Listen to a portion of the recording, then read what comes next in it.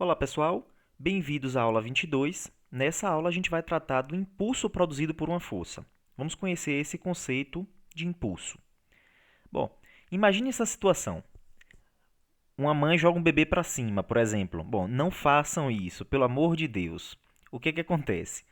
Quais são as forças que estão atuando no bebê depois que ele sai do contato com as mãos da mãe?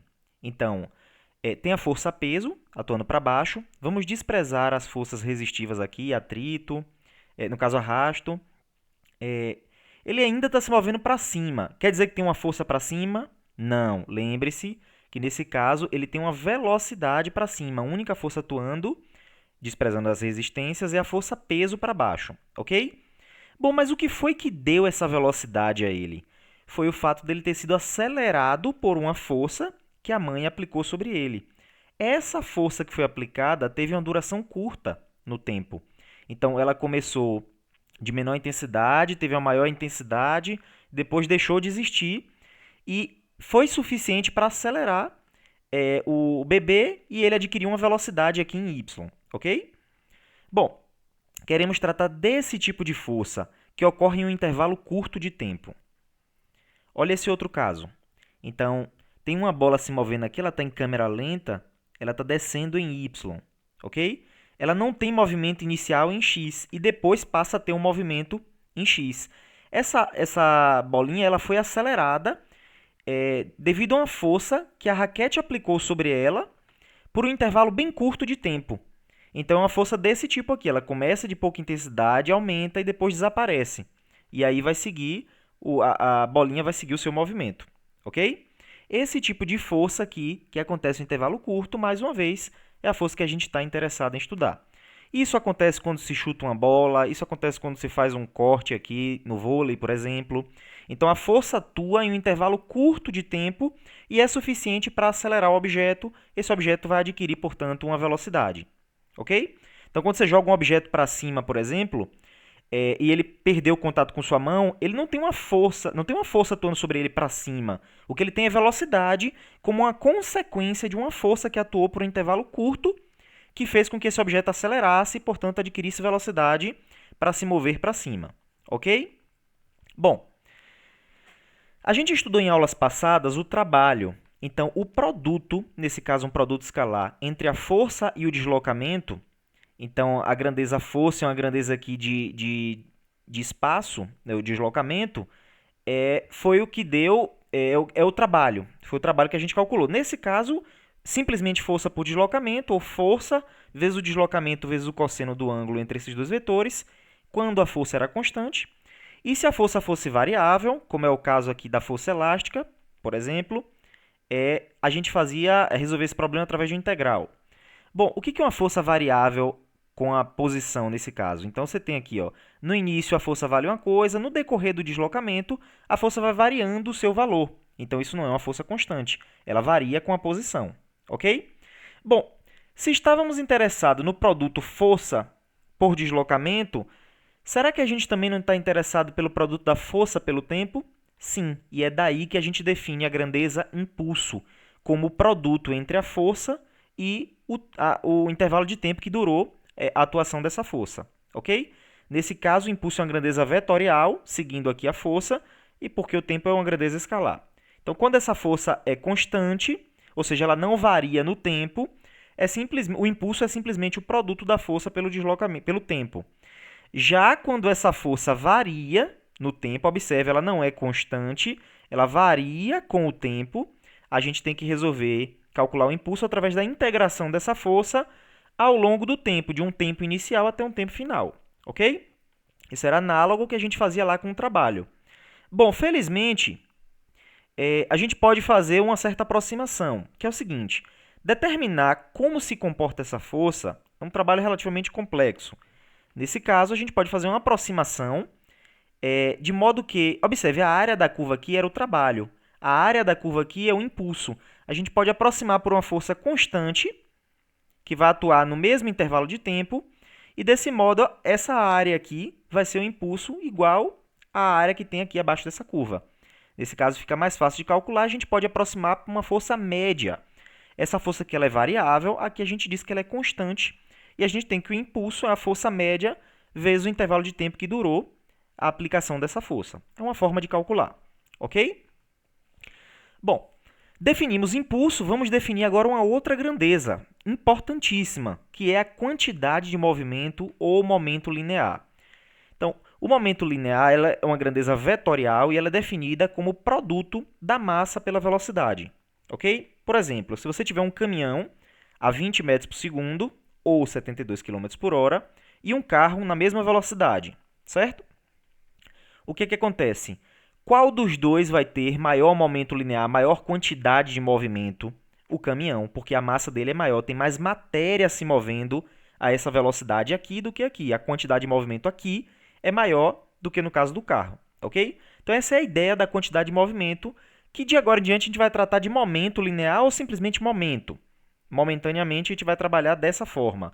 Mais na frente no curso a gente vai conhecer uma outra grandeza chamada momento angular. Então a gente vai ter que separar como momento linear e momento angular. Mas por hora, nessas aulas aqui de impulso e nas próximas 3 aulas, a gente vai tratar simplesmente momento, ok? Bom, uma vez definido o momento, na verdade a gente pode expressar também a segunda lei de Newton. Então, Newton expressou originalmente a sua segunda lei em termos da grandeza momento linear, da seguinte forma: a taxa de variação do momento de um corpo, aqui, é diretamente proporcional à força aplicada sobre ele. Então, força é igual à taxa de variação do momento com relação ao tempo. O que é o momento? A gente acabou de ver que era a massa vezes a velocidade.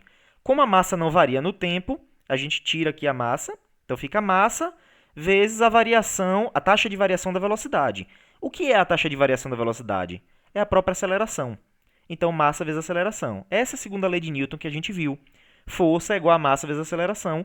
Pode também ser enunciada como força é igual à taxa de variação do momento linear. Ok? Uma vez definida dessa forma, força é igual à taxa de variação do momento linear. Podemos pegar aqui esse delta, esse dt e passar para o outro lado. A gente tem f dt igual a dp. Só uma observação com relação ao cálculo diferencial integral. Esse símbolo dzinho acompanhado de uma grandeza representa um incremento diferencial, quer dizer, uma variação muito pequena, uma variação infinitesimal de uma grandeza, ok? Isso vocês vão ver lá em cálculo 1. Bom, então passando para cá a gente tem f dt é igual a dp.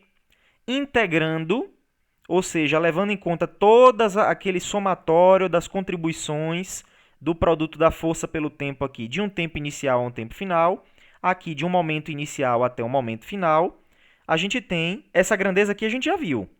Integral no tempo da força é o impulso. E aqui a integral de dp vai ser o ΔP, ou seja, a variação do momento. Quer dizer, o momento final menos inicial. Isso aqui é chamado de teorema do impulso. Ou seja, a grandeza impulso, que tem relação com a força, que é aplicada no intervalo de tempo relativamente curto. Isso é igual à variação do momento linear, ou seja, momento linear final menos o momento linear inicial. Ok? Podemos descrever isso da seguinte forma. O impulso da força resultante no intervalo de tempo é igual à variação da quantidade de movimento do corpo nesse mesmo intervalo de tempo. Ok? Professor, não entendi nada. O que isso quer dizer? Vamos lá. Vamos ver o caso aqui da raquete. O que está acontecendo? A gente não tem na bolinha um movimento inicial em x, definindo aqui o x na horizontal. Ok? Então, vamos dizer que inicialmente a velocidade em x da bolinha é 0. Mas depois da colisão, quer dizer, depois que essa força atuou, aplicando aí, acelerando, na verdade, essa bolinha, ela passou a adquirir uma velocidade em x.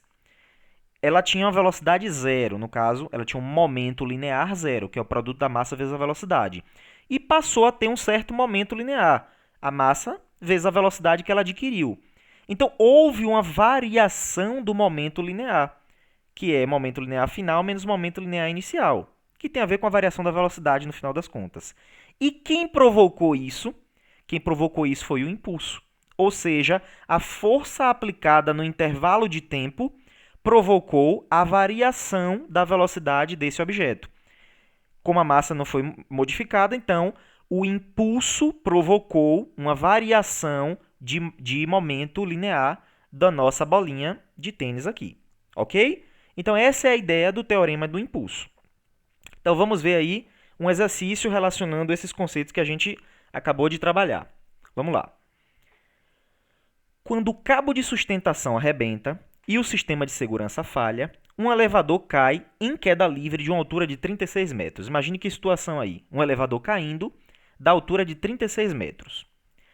Durante a colisão no fundo do poço do elevador, a velocidade de um passageiro de 90 kg se anula em 5 milissegundos. Imagine, ele vem caindo com a velocidade, está em queda livre. Então, a gente consegue calcular aqui, ó, se ele estava em queda livre, com uma altura de 36 metros, a gente consegue descobrir qual é a velocidade dele na hora da queda, certo? E diz que essa velocidade vai a zero em 5 milissegundos com esse passageiro aí. Supondo que não tem nenhum ricochete, quer dizer que o elevador não vai bater e voltar, e nem do passageiro nem do elevador, pergunta qual é o módulo do impulso que o passageiro vai sofrer na colisão e qual força média que ele vai experimentar. Então, qual é o impulso e a força média? Isso no primeiro caso, que é esse daí que o elevador cai de uma altura de 36 metros e se anula a velocidade em 5 milissegundos. No segundo caso, o passageiro pula verticalmente para cima com a velocidade de 7 metros por segundo em relação ao piso do elevador, quando está prestes a chocar com o fundo do poço. Ou seja, quando ele está para cair, ele pula. Quando ele está para tocar no chão, ele pula. O passageiro pula. Isso faz o quê? Qual é a consequência disso? Ele vai reduzir a velocidade dele relativa com relação ao solo, certo? Vamos ver qual é a consequência disso aí. Bom, aí pergunta nesse caso qual vai ser o impulso e qual vai ser a força média dele sentida por ele, supondo aí que o tempo vai ser o mesmo, os mesmos 5 milissegundos de colisão, ok? Vamos lá. Então, no primeiro caso, a gente tem uma queda livre de uma altura de 36 metros. A gente já sabe que pode utilizar as equações aqui da queda. Então, v ao quadrado igual a vi, velocidade inicial ao quadrado, mais 2 vezes a gravidade ΔY. Aqui eu considerei positivo porque eu estou definindo o eixo y para baixo. Então, a gravidade fica positiva nesse caso. É uma escolha. Substituindo os valores, velocidade final vai ser zero. A inicial eu quero saber. 2 vezes a gravidade que eu considerei 10 metros por segundo ao quadrado. Variação de altura. Altura final 0, altura inicial 36. Final menos inicial. 36 metros de altura, ok? Com isso, eu obtenho uma velocidade inicial, que é para baixo, portanto positiva, de 26,8 metros por segundo, ok? Está aqui a minha velocidade no momento em que eu vou colidir aí com o solo, com o fundo do poço, certo? Nesse caso, eu posso calcular aí pelo teorema do impulso, eu tenho que impulso é a variação do momento linear. Então, o impulso vai ser, com a massa é a mesma, né? Então, eu posso colocar massa aqui em evidência, massa vezes velocidade final menos inicial. Então, qual vai ser o impulso que o passageiro vai sentir? A massa dele é 90, velocidade final 0, a velocidade inicial 26,8 metros por segundo. Esse impulso vai dar negativo. Ele vai dar negativo porque está apontando para cima no final das contas. Mas eu quero o módulo. Vai dar 2,4 vezes 10 ao cubo. Newtons vezes segundo é a unidade aqui no sistema internacional. Já que a gente está falando de força vezes tempo. Ok? Depois pergunta qual é a força média que esse passageiro vai sentir. Então a gente pode calcular como o impulso é a força média vezes a variação do tempo. Então lembra daquela curva? Eu não saberia qual é a força, porque ela vai crescendo e depois vai a zero. Ao invés de trabalhar uma força variável, eu trabalho uma força constante para saber qual seria a força média que ele vai sentir. Então, o impulso eu já sei, força média vai ser impulso sobre o ΔT. Calculei o impulso, o ΔT, que era 5 milissegundos, é 0,005 segundos. Nesse caso, a força média, 4,8 vezes 10 a quinta newtons. É o que vai ser sentido aí pelo nosso passageiro, nesse caso, em que ele não pula. Esse é o primeiro caso. No segundo caso, no que ele pula, o que acontece? Ele reduz a velocidade ao tocar o solo. A velocidade relativa com relação ao fundo do poço. Então, a velocidade dele vai ser aqueles 26,8 que a gente calculou, menos 7, porque ele pula para cima. Então, é a velocidade 26,8 para baixo, menos o 7 que é para cima. Então, vai dar 19,8. Refazendo aqueles cálculos para o teorema do impulso aqui, a massa é 90, a velocidade inicial é 19,8. A gente encontra em módulo o impulso de 1,8 vezes 10 a quinta newtons vezes segundo. E a força média sentida por ele vai ser o quê? O impulso, novo impulso, dividido pelo mesmo tempo, a gente encontra 3,6 vezes 10 a quinta newtons, ok? De fato, a força média sentida pelo passageiro é uma força média menor. Entretanto, o que é reduzir essa velocidade ao tocar o solo? No final das contas, é como se ele continuasse em queda livre, só que é como se ele tivesse caído de uma altura menor do que a de 36 metros. Por isso que a velocidade dele aqui está um pouco menor. Se isso vai fazer diferença na queda, no impacto que ele vai... Se isso vai fazer com que o passageiro viva ou não, bom, isso é outra história, mas tem um videozinho curto aqui para a gente discutir. Será que pular é a melhor estratégia quando o elevador está em queda? Vamos ver. Como sobreviver em um elevador em queda livre? Uma queda livre preso em uma caixa de metal parece aterrorizante. Até mesmo só o pensamento dessa situação sombria nos dá calafrios.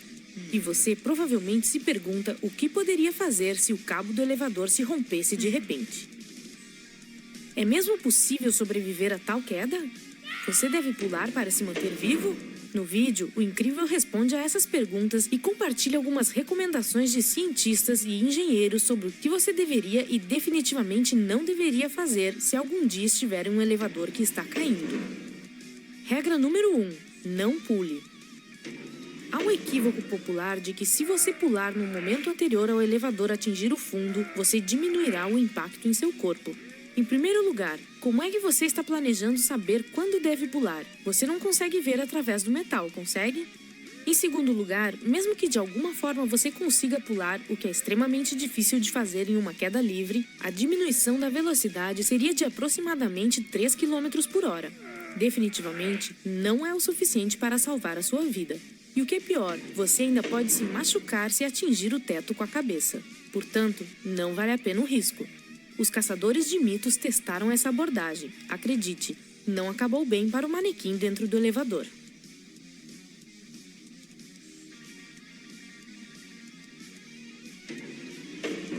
Regra número 2. Não fique em pé ereto. Ficar ereto e simplesmente esperar que tudo corra bem também não é a melhor ideia. Nada de bom está acontecendo. O que está por vir é um peso 10 vezes maior do que o do seu próprio corpo caindo sobre suas pernas no momento do impacto. Com todo respeito, nem você, nem ninguém pode sobreviver a isso. Agora que está claro o que você nunca deve fazer, vamos à sua melhor opção. Regra número 3. Deite-se no chão. Sua melhor aposta seria se deitar de costas. Esta posição irá ajudá-lo a distribuir a força do impacto em todo o seu corpo. Sim, seus pequenos ossos finos provavelmente se quebrarão, embora isso dependa principalmente de quão alto você estava quando o cabo rebentou. Mas isso pode ajudar a evitar danos mais sérios, ou não. Ninguém está absolutamente certo. É muito difícil pensar claramente numa situação dessas, mas você também deve se lembrar de cobrir sua cabeça com suas mãos. Quando o elevador aterrissar, provavelmente será destruído, de modo que proteger a cabeça dos detritos pode salvar a sua vida. Bom, é isso, pessoal. Já sabem, né? Nada de pular um elevador em queda. Bom, nos vemos então na próxima videoaula.